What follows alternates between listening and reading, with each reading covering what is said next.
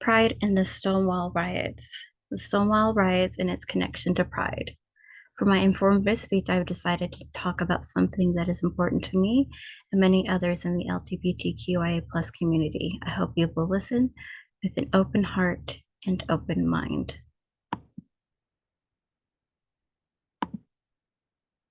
Pride started as a riot. Looking back at the history of how Pride started is a reminder of how far the LGBTQIA plus community has come, but how far we still have to go as history repeats itself. It's my history and the history of so many in this beautiful, diverse community, and my goal is to provide information on Pride and how it got started and why it's important today still. Before the Stonewall riots of 1969, things were not easy for those in the LGBTQIA plus community.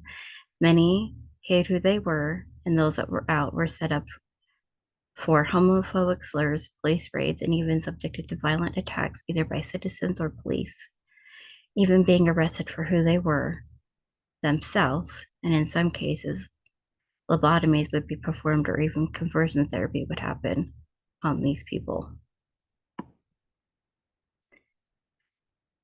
Even more things happen for those in the LGBTQIA plus community.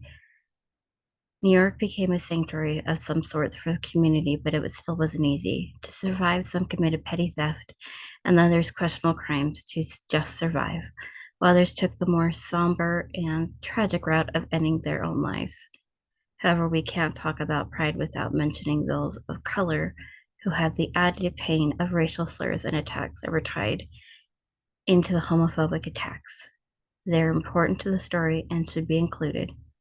Stonewall wasn't the start of the activism, but it was the tipping point, catapulting the issue. So Stonewall Inn didn't always start off as a gay bar. It originally opened up as a speakeasy in the 1930s and was located on 7th Avenue South. However, it changed and moved to Christopher Street in 1934. It was a restaurant until 1966 when four mafiosos that were attached to the Genovese crime family bought it. They were the ones to reopen it as a gay bar in 1967. This is just a brief history of the Stonewall name and building because I want to get to the next part, the most important part. During the 1950s and 1960s, those of the LGBTQIA plus community faced a lot and didn't have a lot of places to go, except bars. Stonewall Inn was one of those places. It was made for those that were poor and those that weren't popular in the community, such as drag queens and those that were transgender, homeless youth, and more. It became a safe haven and a place to feel comfortable. However, that was ruined on June 28, 1969 at 1:20 a.m. It was known that police raids were normal during this time and had happened at other bars in New York. It would be a good point to make that there was a public morals squad during this time in NYPD, whose job it was to raid the bars and go after those in those bars. What set this apart from other nights and other raids is that the bills at this bar had had enough. They were tired of the raids, being arrested for no real true reason, beating, slurs, etc., and decided that they were going to stand up. So they did.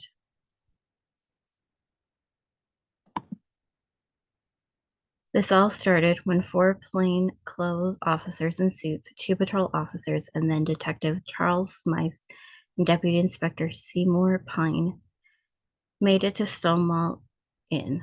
Per usual, they announced themselves, and it caused everyone to panic. Employees normally were notified when a raid was going to happen, but this night they were not, and this is what caused everyone to panic. Protocol went out the window that night while the police took actions that were wrong on several levels. Things continued to spiral out of control from there. Transport was supposed to occur, but things were delayed and a crowd started to form. Mafia members were arrested. Some of the crowd were patrons of the bar and others were bystanders. People were shouting gay power while someone sang, "We shall overcome." At this point, is where it went crazy. At this point, it wasn't this crazy, but the rise hadn't started yet. When an officer shoved someone in drag, that person responded back by hitting the cop in the head with their purse, which led to the cop clubbing them over the head. Rumors spread, things were being thrown at the patrol wagons, and then a scuffle broke out. Bystanders were asked why they wouldn't do anything when someone else was assaulted. Mob mentality kicked in, and this is when the violence occurred and the riot truly started. Police were outnumbered, and rumors swirled, which further led to chaos. Riots continued on until July 3rd. During that time, things were set on fire, thrown to cops, the building, glass was broken, people on both sides were hurt. And not everyone in the LGBTQIA plus community agreed about the riot and tried to distance themselves. However, the spark had been lit and it had led to change.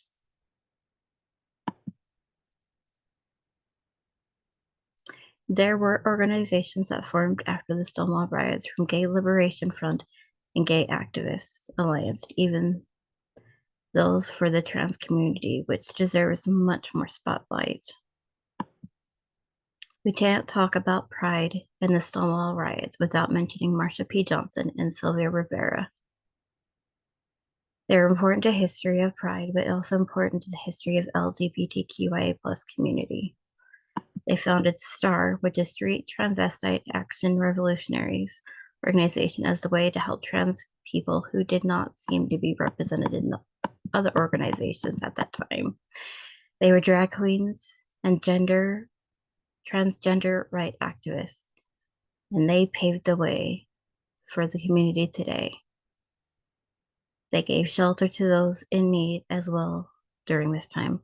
Other organizations such as TAT, which is Transvestites and Transsexuals, and QLF, Queens Liberation Front, were established during this time as well, which helped those in the transgender community during this time. And were the origins of organizations we have today. Drag queens and those who are transgender were important figures during the Stonewall riots and were there. They have faced just as much pain that everyone else has in the community and can get looked over to this day. Pride today is a celebration of ourselves, of love, a reminder of those who came before us, the pain of suffering that they have went through, but of the resilience and strength. Those that stood up during Stonewall riots, and even those before then, the people who paved the way for me to be out and proud of who I am.